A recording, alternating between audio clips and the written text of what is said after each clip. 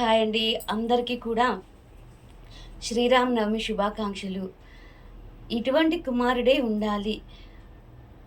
ఏ స్త్రీకైనా ఇటువంటి పతే భర్తగా లభించాలి అని అనుకునేంత ఉత్తమ పురుషుడు శ్రీరామచంద్రుడు.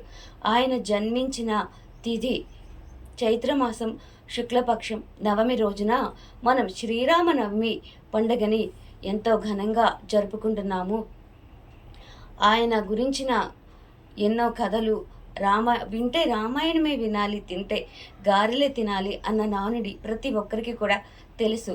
అంత గొప్ప రామాయణం గురించి మనం ఎంత చెప్పుకున్నా కూడా అది ఒక అరగంటలోనో ఒక గంటలోనో అయ్యే కథ అయితే కాదు. కానీ ఈ సందర్భంగా మనం ఒక్కసారి రామాయణాన్ని సంక్లిప్తంగా చెప్పుకునే ప్రయత్నం అయితే చేద్దామండి.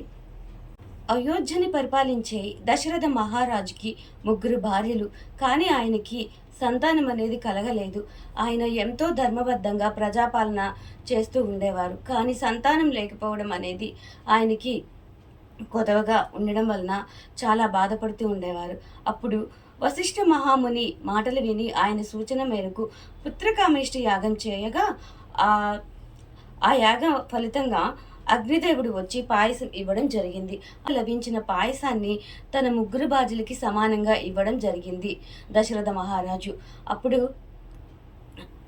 కౌశల్యకి శ్రీరామచంద్రుడు, సుమిత్రకి లక్ష్మణుడు శత్రుఘ్నుడు, కైకేయికి భరతుడు జన్మించడం జరిగింది.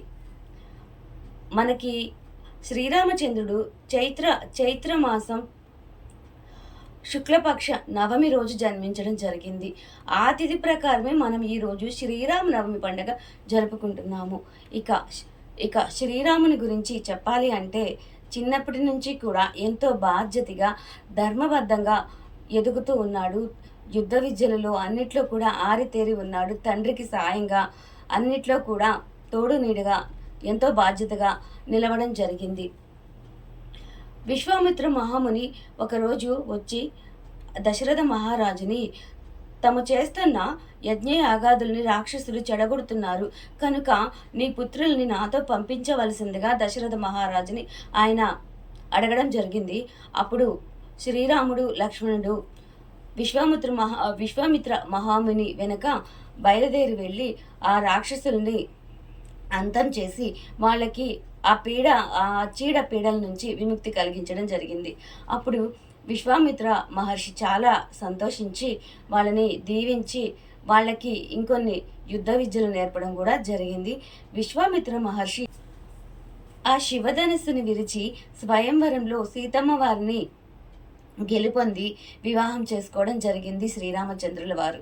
తర్వాత శ్రీరామచంద్రునికి పట్టాభిషేకం చేయాలని చెప్పి దశరథ మహారాజు తలవగా కైకేయి తనకి ఇచ్చిన 2 వరాలని కూడా అడ్డం పెట్టుకొని శ్రీరామచంద్రుని అడవులకి పంపించాలి, 14 ఏళ్ళు తన కుమారుడైన భరతుణ్ణి పట్టాభిషిక్తుని చేయాలంటూ దశరథ మహారాజుని కోరగా అప్పుడు ఆయన చేయగలిగింది ఏమీ లేక చూస్తూ ఉండగా రామచంద్రుడు తనే ముందడుగు వేసి మీరు ఎవరికిచ్చిన మాట అయినా సరే మీరు నిలబెట్టుకోవాల్సింది, మీరు నిలబెట్టుకునేలా నేను చేస్తాను అంటూ ఆ తండ్రికి ధైర్యం చెప్పి ఆ తనయుడు 14 ఏళ్ళు వనవాసానికి సతీ సమేతంగా వెళ్ళడం జరిగింది. ఆయనకి తోడుగా లక్ష్మణుడు కూడా వెళ్ళడం జరిగింది. అక్కడ రావణాసురుడు సీతమ్మ తల్లిని అపహరించుకుని వెళ్ళగా